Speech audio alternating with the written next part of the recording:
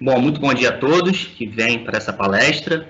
Como o Alberto já me apresentou, meu nome é Felipe Garcia, eu faço parte da equipe do Laboratório de Corrosão do CEPEL, e hoje nós vamos dar continuidade ao ciclo de palestras técnicas que nós, do Laboratório de Corrosão e também o CEPEL como um todo, viemos conduzindo nesse trabalho de período remoto.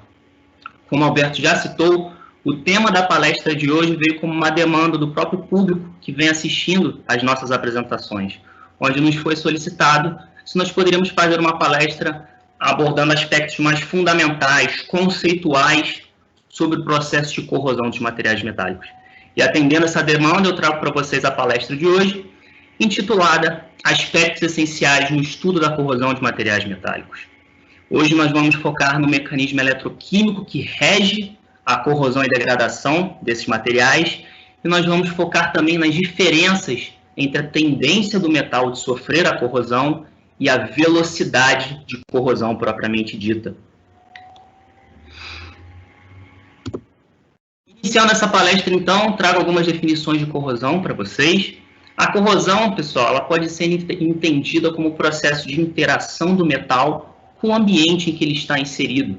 E essa interação vai levar à transformação do material metálico em seus produtos de corrosão. Essa transformação vai ocorrer de forma espontânea, devido à tendência natural do material de voltar ao seu estado de menor energia, na forma de óxidos metálicos. E na prática, essa degradação, essa interação, essa transformação em produtos de corrosão vai causar a degradação das propriedades de origem dos materiais metálicos. Aquelas propriedades mecânicas altamente desejáveis dos metais, que conferem autossuportação às estruturas e equipamentos metálicos, elas vão sofrendo deterioração à medida que o processo corrosivo avança, até um ponto em que a estrutura como um todo é abalada, e elas podem vir a falhar em serviço por conta desse processo corrosivo. Consequentemente, a corrosão é um processo altamente indesejado, que deve ser controlado a partir de métodos de proteção anticorrosiva. Essa proteção anticorrosiva, pessoal, ela começa desde a fase de projeto do equipamento da estrutura metálica, com a especificação de materiais condizentes, adequados, compatíveis com o meio em que eles serão expostos, e também com a especificação de esquemas de proteção, sistemas de proteção anticorrosiva adequados. E para que essa especificação seja feita de forma adequada, nós devemos compreender o conceito, os processos corrosivos, para que nós possamos ser capazes de especificar adequadamente o projeto de uma estrutura metálica. E, consequentemente, nós vamos começar o estudo desse processo corrosivo, partindo do ponto de que 90% da corrosão ocorre em meios aquosos. Isso vai permitir que a corrosão siga essencialmente um mecanismo que nós dizemos eletroquímico. Nós vamos ver na palestra de hoje que basta ter água e um pouco de oxigênio para o meio já ser considerado corrosivo. E é por isso que a corrosão afeta os mais diversos setores da nossa sociedade. Nós vamos começar o estudo desse processo corrosivo identificando os 4 fatores imprescindíveis, os 4 fatores necessários para essa corrosão eletroquímica acontecer. E para nós compreendermos melhor e visualizarmos melhor esses 4 fatores, eu trago para vocês a nossa famosa pilha clássica de Daniel, um método intuitivo de nós vermos esses 4 fatores associados ao mecanismo eletroquímico. Um desses fatores vai ser o processo anódico, que vai compreender a oxidação do metal no meu anodo. No caso da pilha de Daniel, o anodo é a própria barra de zinco, que à medida que ele sofre o processo de oxidação, é transformado na sua forma iônica, essa barra de zinco vai perdendo massa. E na corrosão, esse processo anódico deve ser sempre sustentado por um processo catódico, compreendido pela redução de alguma espécie presente no meio sobre o catodo da pilha de corrosão. No caso da pilha de Daniel, esse catodo é essa barra de cobre. Sobre a superfície, íons de cobre presentes em solução vão sofrer redução, e essa placa de cobre vai aumentando a massa com o tempo. E esses processos anódicos e catódicos, essas reações de oxidação e redução, elas vão estar interligadas, elas vão estar conectadas a partir de um circuito que nós chamamos de eletroquímico. Esse circuito vai compreender o fluxo de elétrons do anodo para o catodo, e nessa pilha representada aqui, isso é possível pela ligação do anodo com o catodo por um fio condutor, um fio metálico, e esse fluxo de carga continua em solução. Esse circuito eletroquímico ele deve ser fechado também pela corrente elétrica que flui em solução. Esse fluxo de corrente elétrica em solução é dado pelos íons que se movimentam entre o anodo e o catodo. Então, nesse caso, pessoal, nós conseguimos identificar de uma forma muito clara os 4 fatores que nós precisamos para a corrosão eletroquímica acontecer: reação de oxidação, reação de redução, fluxo de elétrons e fluxo de íons. Agora, vamos levar esses conceitos para a prática. Vamos tentar identificar esses 4 fatores associados à corrosão pelo mecanismo eletroquímico, no caso prático de corrosão. Aqui nós temos uma estrutura em aço carbono, que eu estou denominando essa estrutura de um metal isolado, ou seja, nessa situação não vai haver o contato com nenhum outro material metálico presente no meio. E a condição de exposição aqui é uma condição atmosférica. E essa condição também é abrigada de chuvas, ou seja, a chuva não vai estar influenciando no meu processo corrosivo. E agora eu quero que nós tentamos identificar os 4 fatores associados à corrosão pelo mecanismo eletroquímico. Ora, a figura não mente para a gente. Essa estrutura vai se corroer na prática. Então, se ela corrói, nós devemos ser capazes de identificar aqueles 4 fatores que eu citei para vocês. Mas nesse caso, onde será que está o cátodo? Anteriormente, ele é representado por uma barra de cobre. Aqui eu não tenho nenhum outro material metálico em contato com a minha estrutura ferrosa. Então, onde será que está o cátodo nesse caso? Por onde será que se dá o fluxo de elétrons? Anteriormente, ele se dava por um fio metálico que conectava o anodo ao cátodo. Na prática, essa configuração é bastante diferente. E, por fim, onde está o eletrólito necessário para a corrosão acontecer pelo mecanismo eletroquímico e por onde se dará esse fluxo de íons? Anteriormente, ele era representado pelos 2 compartimentos, as 2 soluções no anodo e no cátodo, e uma ponte salina que interligava essas soluções. Aqui, em um primeiro momento, nós não conseguimos identificar esse eletrólito necessário para a corrosão acontecer pelo mecanismo eletroquímico. E aí nós concluímos que, na prática, pessoal, a identificação desses fatores associados à corrosão não é tão simples assim. E aí nós podemos começar a nos questionar: ora, será que os metais vão se corroer mesmo na atmosfera? O metal isolado vai se corroer na atmosfera? Quando, na verdade, a imagem não mente para a gente. Eles muito provavelmente vão sofrer corrosão. E agora vamos explicar o motivo pelo qual um metal isolado em um meio, que pode ser a atmosfera, pode sofrer corrosão na prática. Um metal isolado, sem estar em contato com outro material metálico, ele vai sofrer corrosão porque o mesmo metal ele apresenta uma série de heterogeneidades. Nós vamos ver que esses metais não são tão homogêneos assim. E isso vai propiciar a criação de diversas áreas anóticas e catódicas, diversas áreas com diferentes atividades eletroquímicas na superfície do mesmo material.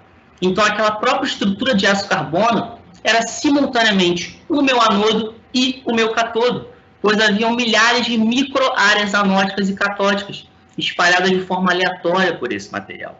É por isso que o metal isolado consegue se corroer em um meio em questão, sem que haja necessariamente o contato com outro metal.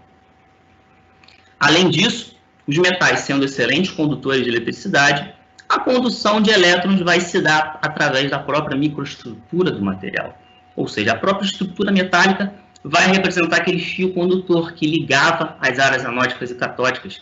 Nós falamos que essas áreas estão em curto-circuito na própria estrutura do material, porque não há resistência à transferência de elétrons através delas.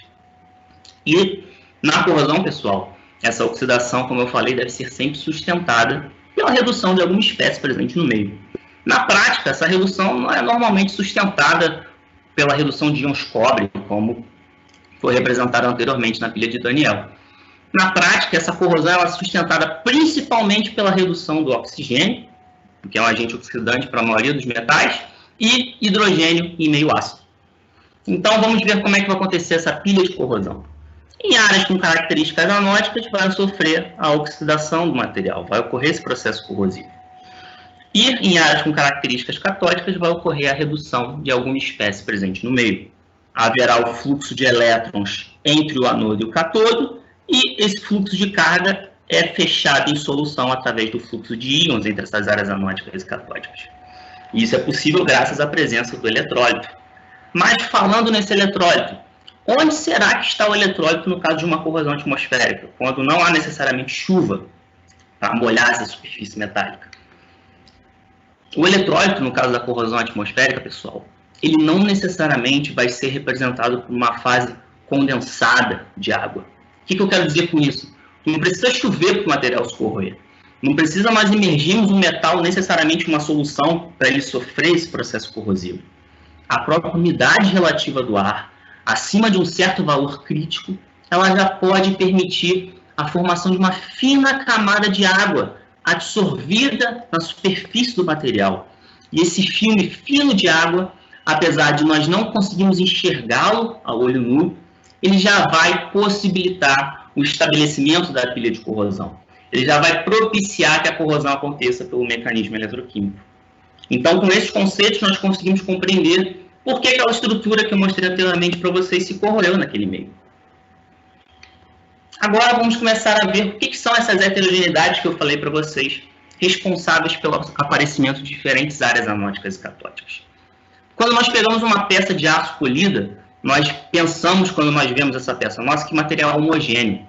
Mas quando nós revelamos a microestrutura desse material e levamos para o microscópio, nós vemos que, de fato, existem diversas heterogeneidades presentes nos metais.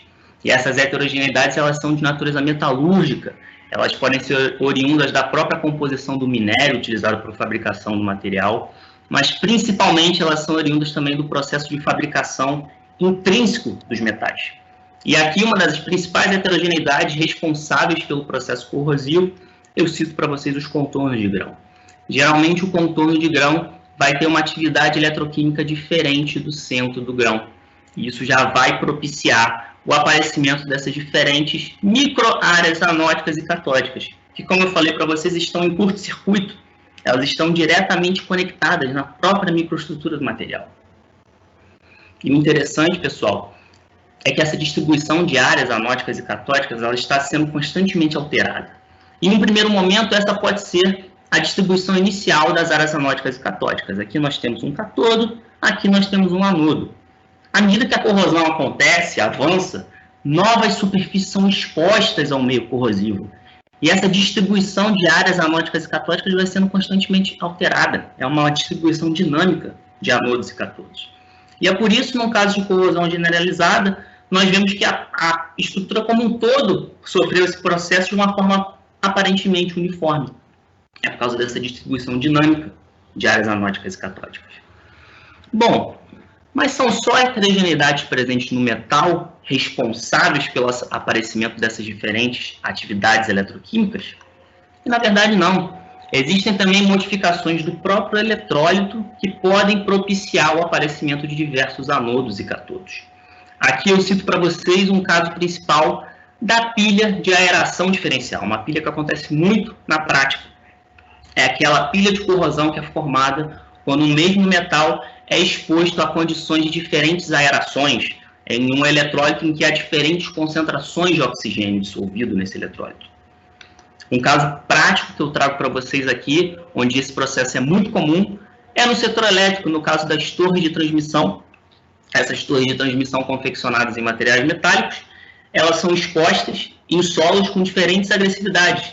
Mas, independente da agressividade desse solo, a fundação dessas torres, à medida que nós caminhamos para regiões mais profundas do solo, o teor de oxigênio vai diminuindo. E na interface, ou seja, na fronteira entre o solo e o ar, o metal sente um gradiente intenso de oxigênio.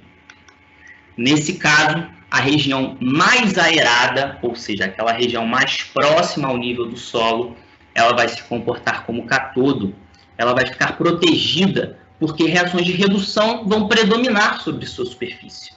Já aquela região menos aerada, um pouco abaixo do nível do solo, ela vai se configurar como anodo e ela vai sofrer um processo corrosivo acentuado, levando a uma perda de espessura considerável do material, e essa perda de espessura pode, de fato, levar à queda dessas estruturas. Para mitigar esse processo, a solução prática que nós adotamos é a utilização de tintas anticorrosivas, revestimentos altamente impermeáveis que vão ser aplicados alguns metros acima e abaixo do nível do solo nessas estruturas metálicas. Esses revestimentos eles não vão remover o gradiente de oxigênio, o metal sempre vai sentir esse gradiente diferencial de oxigênio. Só que esses revestimentos eles vão impedir, eles vão postergar a chegada do eletrólito do meio corrosivo até a superfície metálica. Então, eles vão dificultar a formação dessa pilha de corrosão? Bom, então nós vimos que heterogeneidades presentes tanto no metal quanto no eletrólito são responsáveis pelo aparecimento de áreas com diferentes características eletroquímicas, com diferentes atividades eletroquímicas. Aquela área com características mais anóticas vai ter uma tendência natural de enviar elétrons para a área com característica mais catódica. E esse fluxo de corrente, ele deve também continuar em solução. Só que não são os elétrons que realizam esse fluxo de corrente elétrica em solução, pois eles não conseguem ser transportados nesse meio. Quem fecha o circuito eletroquímico em solução é a movimentação de íons. Então, nós temos o fluxo de corrente iônica em solução, ou seja, movimento de íons, e fluxo de corrente eletrônica no metal, ou seja, movimento de elétrons. E quem faz o elo, quem faz a mudança no mecanismo de condução de corrente elétrica, são as reações de transferência de carga. São essas reações de oxidação que vão ser responsáveis pela mudança no mecanismo de condução. E na corrosão, pessoal, no material se corroendo livremente, esses processos de oxidação e redução são equivalentes. Eles acontecem virtualmente com a mesma velocidade. Isso acontece devido ao princípio que nós chamamos de eletroneutralidade. Deve haver um balanço de cargas no meu sistema. Esse balanço de cargas deve ser respeitado. Ele é satisfeito quando essas reações ocorrem com a mesma velocidade. Bom, então, nós estudamos melhor o mecanismo eletroquímico de corrosão dos materiais. Agora vamos dar prosseguimento ao estudo da corrosão metálica. Esse estudo, pessoal, ele pode ser dividido em duas vertentes, que na verdade são áreas complementares. Uma dessas vertentes é a termodinâmica. A termodinâmica, ela vai nos dizer sobre a tendência dos metais de sofrerem corrosão. Essa tendência reflete a estabilidade do metal no meio. E essa estabilidade, por sua vez, está muito conectada ao termo que nós usamos, nobreza dos metais. Materiais mais nobres, como por exemplo o ouro e a prata, são materiais mais estáveis. Eles vão possuir uma tendência inicial de permanecer na sua forma reduzida, na sua forma metálica. Já aqueles metais menos nobres são materiais mais ativos. Eles possuem uma maior tendência de ir para a sua forma oxidada, de sofrer inicialmente esse processo corrosivo. E uma grandeza elétrica que expressa essa nobreza dos materiais é o potencial que eles desenvolvem quando eles são expostos em um meio agressivo. E a termodinâmica, pessoal, ela pode ser utilizada para indicar a possibilidade de ocorrer corrosão. Se a termodinâmica me indica que não há possibilidade de ocorrer corrosão, o metal de fato é imune a esse processo corrosivo no meio em que ele será exposto. Mas se a termodinâmica me indica que sim, há a possibilidade dos metais sofrerem corrosão, ela apresenta uma limitação importante. Ela não vai nos dizer sobre a velocidade desse processo corrosivo. Para responder em termos da intensidade, da velocidade do processo de corrosão, nós temos que recorrer à cinética. Nós temos que realizar um estudo acerca da velocidade do processo corrosivo.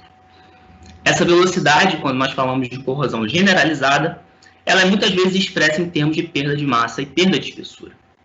Entretanto, a corrosão sendo essencialmente um mecanismo eletroquímico, nós temos também outros recursos para expressar essa velocidade de corrosão. Um desses recursos, pessoal, é a corrente. A corrente associada ao processo corrosivo também é uma medida da velocidade de corrosão dos materiais. E nós vamos concluir, no final dessa palestra, que o estudo cinético, ou seja, o estudo da velocidade do processo corrosivo, é essencial para nós concluirmos qualquer coisa sobre o desempenho anticorrosivo dos metais. Nós vamos ver que esse desempenho anticorrosivo não pode estar baseado somente na termodinâmica, somente em medidas de potencial. A partir desse momento, nós vamos focar nessa apresentação no estudo da termodinâmica da corrosão. Nós vamos começar esse estudo compreendendo o que esse potencial de eletrodo significa. Sempre quando nós imergimos um metal, que é um condutor eletrônico, um condutor de elétrons, em solução, que é uma condutora iônica, um condutor de íons, vai formar o que nós chamamos de eletrodo. Na interface entre o metal em solução, ou seja, na fronteira entre essas duas fases, vai haver o que nós chamamos de separação de cargas. Essa interação eletrostática entre o metal e solução vai propiciar essa separação de cargas, que é o que nós chamamos de dupla camada elétrica. Então, quando vocês ouvem falar desse termo, ele está referente à separação de cargas que ocorre quando o metal é contactado à solução. Eu não vou entrar em detalhes sobre os modelos representados para essa dupla camada elétrica ou como essa dupla camada elétrica surge. O importante para nós hoje é sabermos que essa separação de cargas, que é a dupla camada elétrica, vai dar origem a uma diferença de potencial através da interface, através da fronteira do metal com a solução. E é essa diferença de potencial oriunda da separação de cargas que nós denominamos de potencial de eletrodo. É uma forma genérica de nós denominarmos a diferença de potencial que se estabelece através da interface. E aí eu pergunto para vocês, será que é possível nós medirmos esse potencial de eletrodo?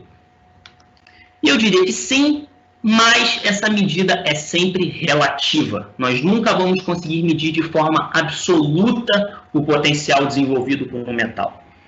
E eu vou explicar o porquê disso daqui a pouco. O potencial que nós medimos na prática dos metais é o que nós chamamos de potencial de circuito aberto.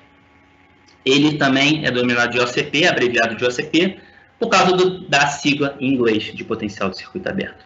Ele é definido como aquele potencial de eletrodo que nós medimos em condições sem aplicação de corrente externa, quando nós utilizamos, por exemplo, um voltímetro. E ele sempre é uma medida relativa, pessoal. Por quê? Porque a forma que nós temos de medir o potencial de um metal normalmente envolve a utilização de um voltímetro. E esse voltímetro ele possui dois terminais, um polo positivo e um polo negativo. E um desses terminais eu vou conectá-lo ao metal que eu desejo medir o potencial. E no outro terminal eu tenho que, invariavelmente, imergi-lo em solução, porque o meu circuito precisa ser fechado, eu preciso medir um potencial. E quando eu faço essa imersão desse outro terminal em solução, vai ocorrer o quê? A formação de um outro eletrodo.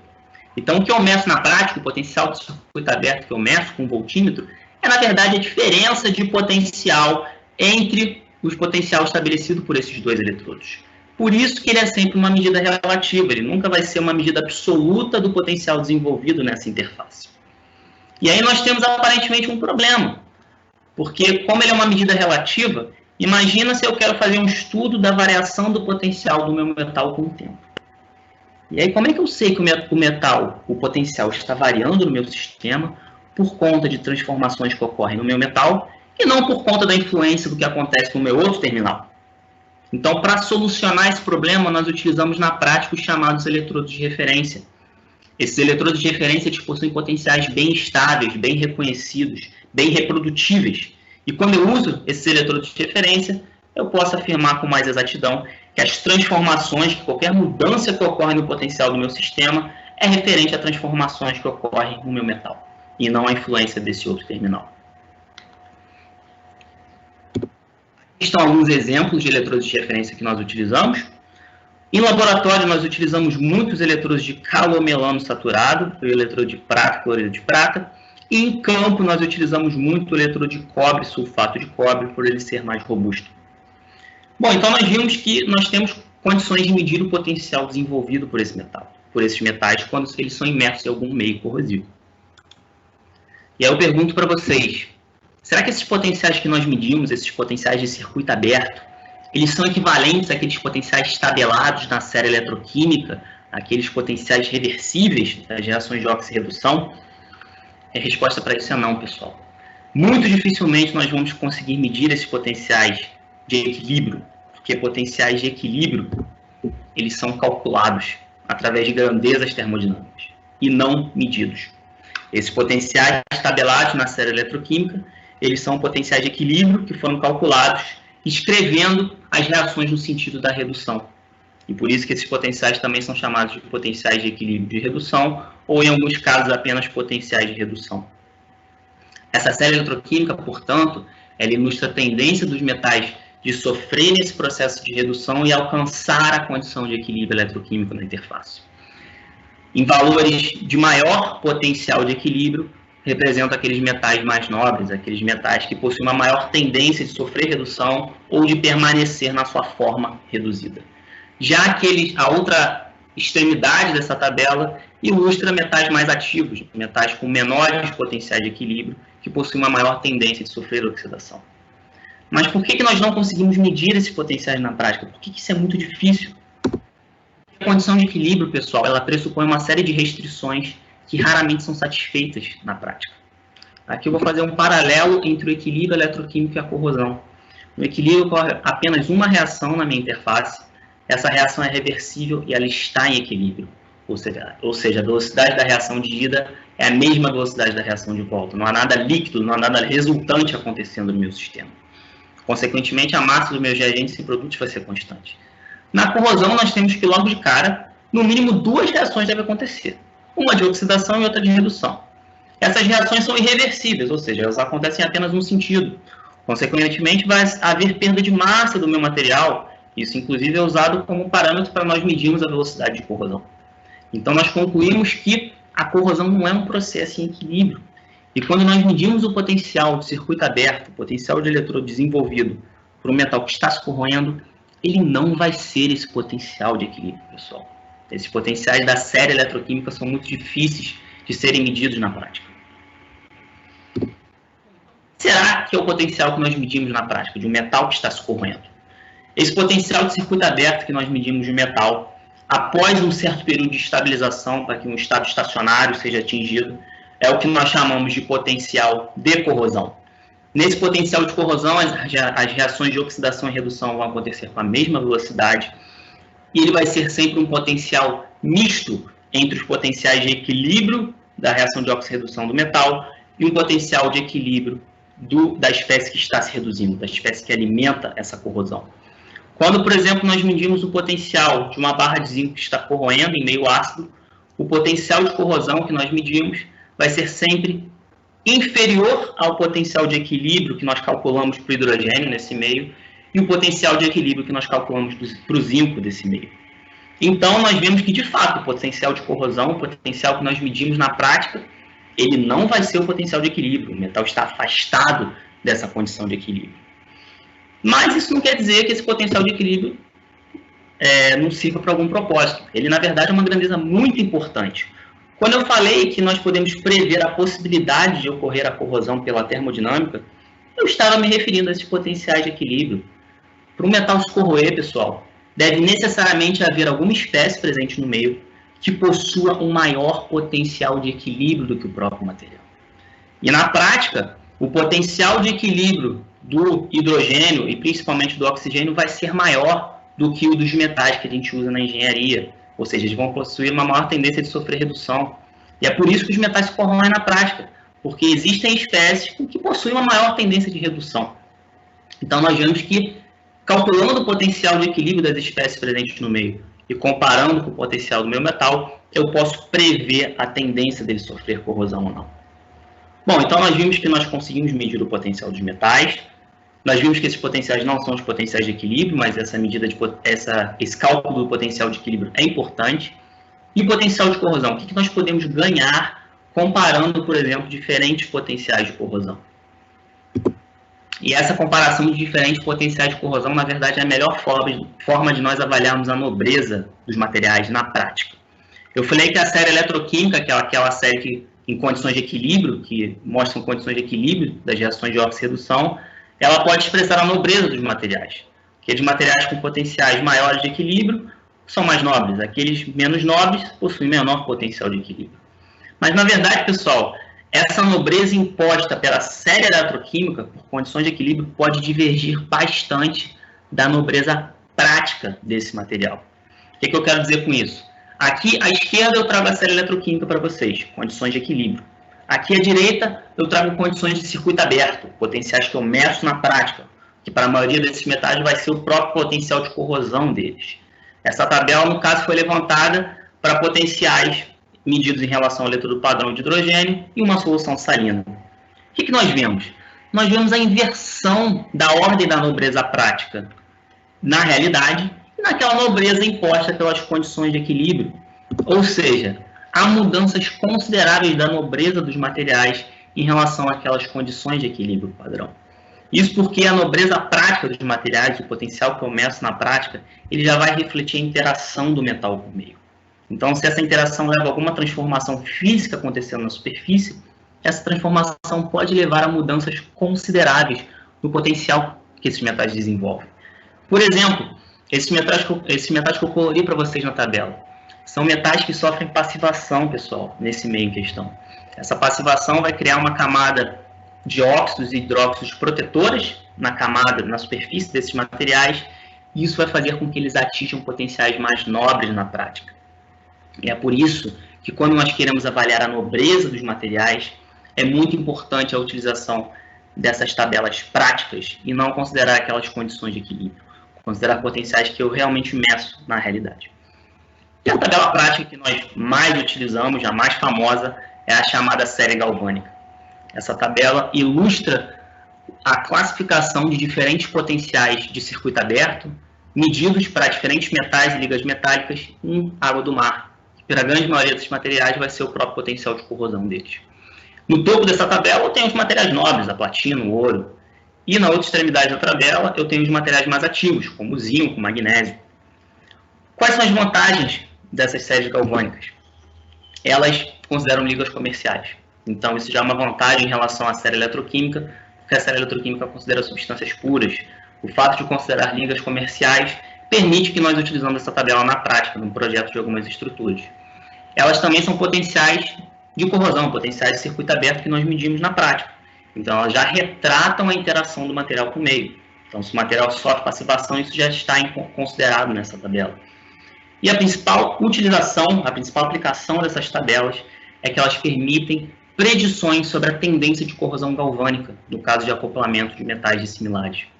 Essa corrosão galvânica, pessoal, é o primeiro caso de corrosão que nós vimos hoje, naquela pilha de Daniell que eu mostrei para vocês.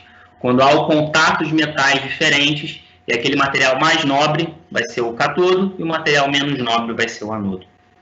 As boas práticas de proteção anticorrosiva dizem que nós sempre devemos evitar projetar estruturas metálicas que prevejam o contato de materiais diferentes, materiais de diferentes nobrezas. Mas às vezes, pessoal, por questões de projeto, por questões de propriedades mecânicas, isso não consegue ser evitado na prática. Às vezes nós somos obrigados a projetar estruturas que contenham o contato de diferentes materiais. E nesse caso, uma das formas de nós minimizarmos o efeito da corrosão galvânica é olhando a nobreza desses materiais. É olhando, por exemplo, a série galvânica e selecionando metais que estão próximos nessa série galvânica. Eu nunca selecionar materiais que estão muito afastados entre si. Porque, nesse caso, a diferença de potencial desenvolvida no meio, que é a força motriz para que a corrosão galvânica aconteça, será muito grande. E os resultados sobre anodo poderão ser catastróficos. Então, essa é a principal aplicação da série galvânica. Predição sobre tendência de corrosão galvânica. Quais são as limitações dessa tabela? Dessas tabelas de potencial, dessas séries práticas? Elas são fortemente dependentes do meio corrosivo. Então, por exemplo, essa tabela foi levantada em água do mar. Se eu quiser analisar a nobreza dos meus metais em condições muito diferentes de água no mar, por exemplo, uma atmosfera industrial, essa ordem de nobreza pode sofrer alterações significativas, porque o potencial que os metais desenvolvem são fortemente dependentes do meio corrosivo. E a principal limitação dessas tabelas de potencial é que elas são dados termodinâmicos, pessoal. E como eu falei, a termodinâmica ela não é capaz de nos trazer informações sobre velocidade de corrosão. O que eu quero dizer com isso? A ordem de nobreza não necessariamente é uma ordem de desempenho anticorrosivo. Nós nunca devemos usar essas tabelas para classificar o desempenho anticorrosivo de materiais metálicos, para classificá-los em função da intensidade do processo corrosivo. Para comprovar isso para vocês, eu quero que vocês vejam a posição do aço carbono nessa tabela e do zinco. O aço carbono em água do mar é um material mais nobre do que o zinco. O zinco é um material mais ativo. De fato, quando nós comparamos o potencial de corrosão do zinco e do aço carbono em condições aeradas e com contaminação salina, o potencial de corrosão do zinco é em torno de menos 1 volt contra o eletrodo de calor melano saturado, e o potencial de corrosão do aço carbono é em torno de menos 0,6, menos 0,7 volts. Então, nós concluímos que o zinco é um metal mais ativo, ou seja, o aço carbono é mais nobre do que o zinco. Isso significa que o zinco necessariamente apresentará uma maior velocidade de corrosão do que o aço carbono, ou seja, o fato dele ser um material mais ativo, um material menos nobre, vai fazer com que ele se corroa de forma mais rápida? E aqui eu trago dados de campo para vocês, que ilustram o processo corrosivo do aço carbono e do zinco após 2 anos de exposição em uma atmosfera marinha, à beira da praia, uma atmosfera com agressividade muito elevada. Só pelas fotos nós concluímos que o aspecto visual, o processo corrosivo do aço carbono foi muito mais acentuado do que o zinco.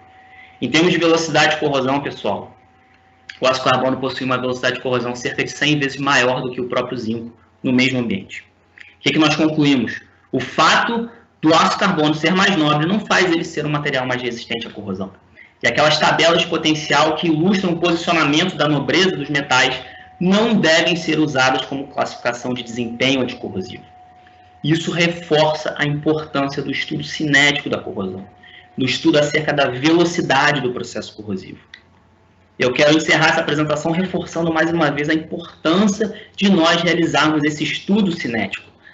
A avaliação da nobreza dos materiais ela pode ser muito interessante, pode auxiliar sim no projeto das estruturas metálicas. Elas nunca devem ser utilizadas sozinha, numa análise sozinha do desempenho anticorrosivo desses materiais. E aí vocês podem me perguntar, bom, como nós vamos então avaliar o desempenho de materiais metálicos de sistemas de proteção anticorrosiva, já que essas tabelas de potencial não podem ser utilizadas de forma isolada para analisar esse desempenho? Para responder essa pergunta, haverá outra palestra técnica que será realizada amanhã, no mesmo horário. O Vitor, outro integrante da equipe do Laboratório de Corrosão do CEPEL, ministrará essa palestra no tema Principais ensaios para avaliação do desempenho anticorrosivo, tanto de materiais não revestidos, quanto também de sistemas de proteção anticorrosiva. E era isso que eu queria apresentar para vocês hoje, pessoal. Muito obrigado pela atenção e presença de todos, e estamos abertos para perguntas agora.